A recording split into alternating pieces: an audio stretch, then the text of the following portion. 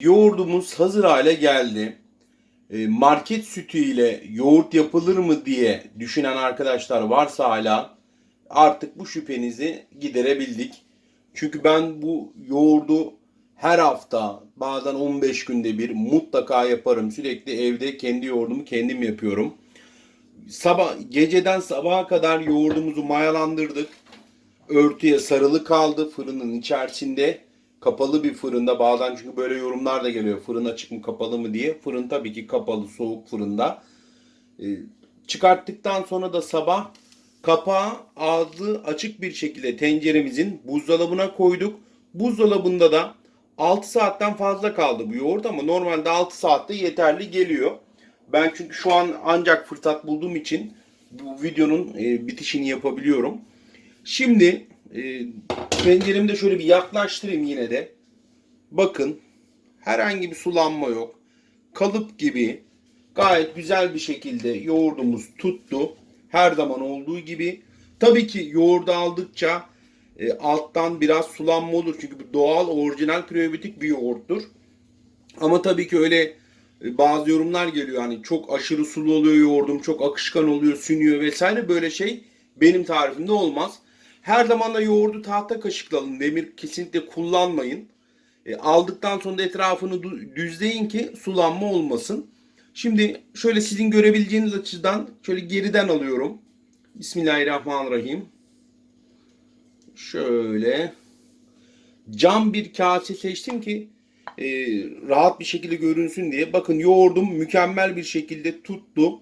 Her hafta yaptığımız yoğurdumuz harika bir şekilde tuttu.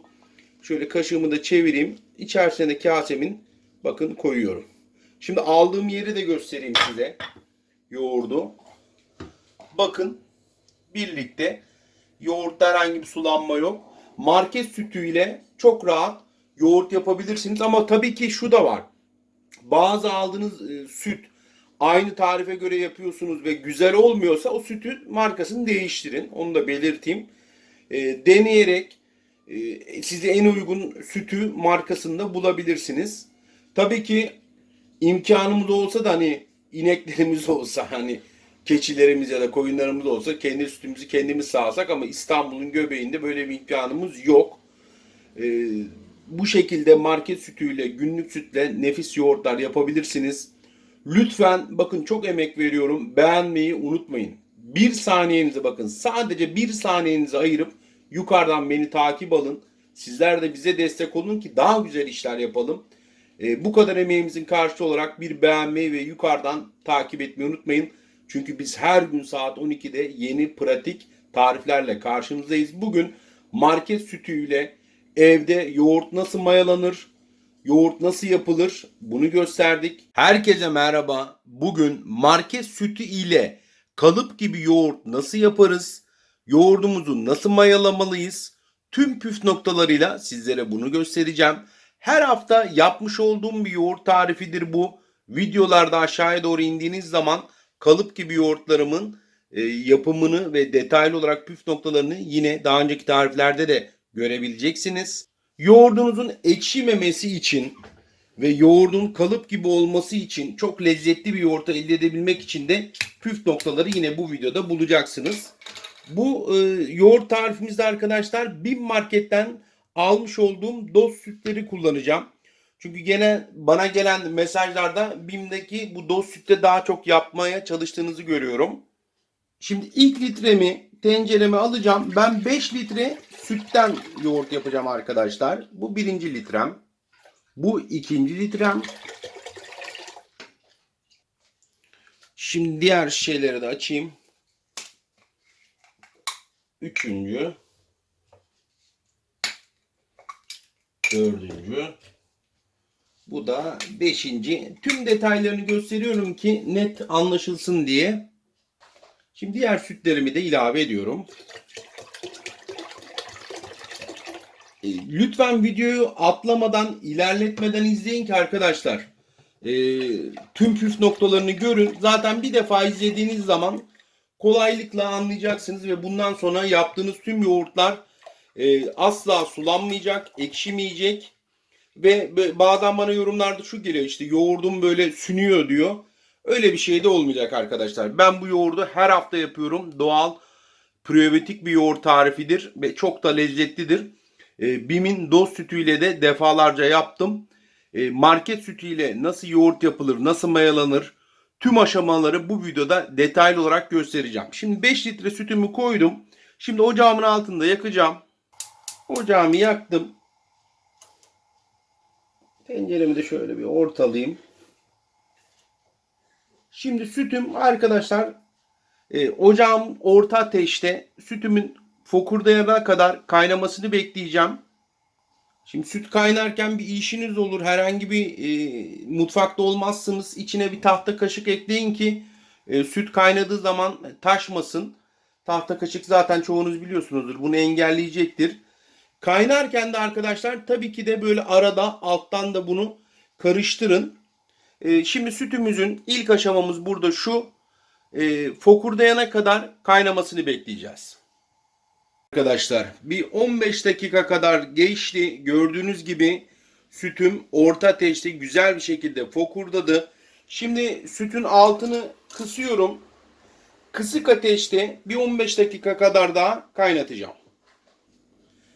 Evet, yalnız kaynatırken de mutlaka arkadaşlar kepçenizle böyle alttan havalandırın ki bakın buharın çıktığını görüyorsunuz. Bu içerisindeki su miktarının da bu şekilde gitmiş olsun. 15 dakika kaynattık. 15 dakikadan sonra da fokur fokur oldu sütümüz. Ocağımızın altını iyice kıstık. Bir 15 dakika kadar daha kısık ateşte kaynatacağız. Ama böyle arada alttan havalandırın ki sütün içerisindeki su buhar olarak gitsin arkadaşlar. Hani yoğurdum hep sulu oluyor. İşte yoğurdum çabuk sulanıyor diyorsunuz ya yorumlarda. Sulu olmasının sebeplerinden bir tanesi de sütü iyi kaynatmamanızdan kaynaklanıyor. Bu da bir püf nokta yoğurt yapımında. Mutlaka bu şekilde yapın arkadaşlar. Alttan havalandırın. İçerisindeki su buhar yöntemiyle sütün gitsin. 15 dakika kadar da kısık ateşte kaynattıktan sonra sütümüzü ılımaya bırakacağız. Ilık hale gelince de çünkü mayalayacağız. Evet arkadaşlar sütüm ılıdı. Burada iki tane yöntem var. Biri dereceyle ölçebilirsiniz. İkincisi de klasik olan yöntem. Yani serçe parmağınızı sütün içerisine koyup 9'a kadar sayıp 9'a kadar parmağınızı yakmayıp ondan sonra yakmaya başlıyorsa sütün mayalanma kıvamı gelmiş demektir yoğurt yapmanız için. Sütümü ılıkken mayalayacağım. En güzel bu şekilde tutuyor ve her haftada yaptığım bir tariftir. Her zaman da tam ölçüsünde, tam kıvamında yoğurdumuz tutar. Şimdi öncelikli olarak şöyle bir kase aldım. Çünkü yoğurdumun mayasını hazırlayacağım. İlk önce yine market sütüyle yoğurt yaptığımız için BİM'in günlük doz sütüyle yoğurt yaptığımız için BİM'in doz yoğurdunu kullanacağım yine bundan. 5 litre süt için arkadaşlar 5 yemek kaşığı yoğurdumu 5 yemek kaşığı diyorum, 3 yemek kaşığı yoğurdumu kaseme alıyorum. Evet, 3 yemek kaşığı yoğurdumu aldım. Bunu kapatayım, bir buzdolabına koyayım.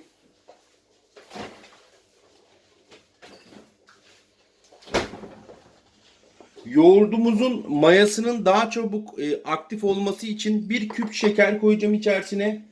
Bu yoğurt mayasını aktifleştirip yoğurdun daha çabuk mayalanmasını sağlayacak. Bir küp şeker ya da bir çay kaşığı toz şeker de olabilir. Bir de yarım çay kaşığı, bu küçük bir çay kaşığı benim, tuz ilave ediyorum. Bu da yoğurdunuzun ekşimesini engelleyecek. Şimdi burada şunu da yapacağız. Ilımış olan sütten de bakın şöyle kamerayı da göstereyim. Bu kasemi alacağım biraz. Çırpacağım çünkü. İyice akışkan olsun istiyorum mayam. Evet, şu şekilde. Evet. Bunu arkadaşlar önce bir yemek kaşığıyla şöyle yapayım.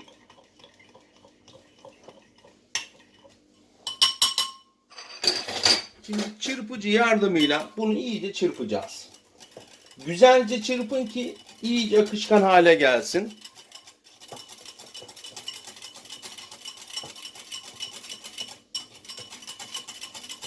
Evet, istediğim kıvama geldi. Şimdi sütün içerisine de yoğurt mayamı ilave ediyorum.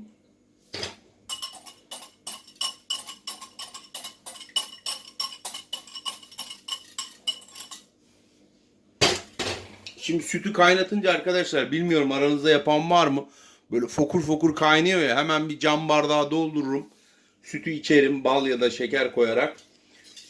Çünkü çok güzel kokuyor günlük süt kaynattığınız zaman. Şimdi çırpıcımla mayayı koymuş olduğum sütümü iyice karıştırıyorum. İyice çırpıyorum arkadaşlar. Çünkü mayamın iyice aktif hale, yani karışmasını istiyorum. Sütün her yerine mayamız karışsın istiyoruz. Şimdi bunu güzelce çırpacağız. Şimdi iyice çırptıktan sonra arkadaşlar, bakın makarna süzgecimiz var. Makarna süzgecimizi bunun üzerine koyuyoruz. İçerisine kalan sıcaklıktan dolayı çıkan buhar olursa bu deliklerden rahatça çıksın diye, içinde sütün hiç su kalmasın ki, hani sulanmasın çabuk diye. Tabii ki doğal yoğurttur, probiyotik yoğurttur, biraz sulanır. Hani aldıkça, alta indikçe birazcık sulanma olur, o normaldir. Yoksa doğal yoğurt olmaz.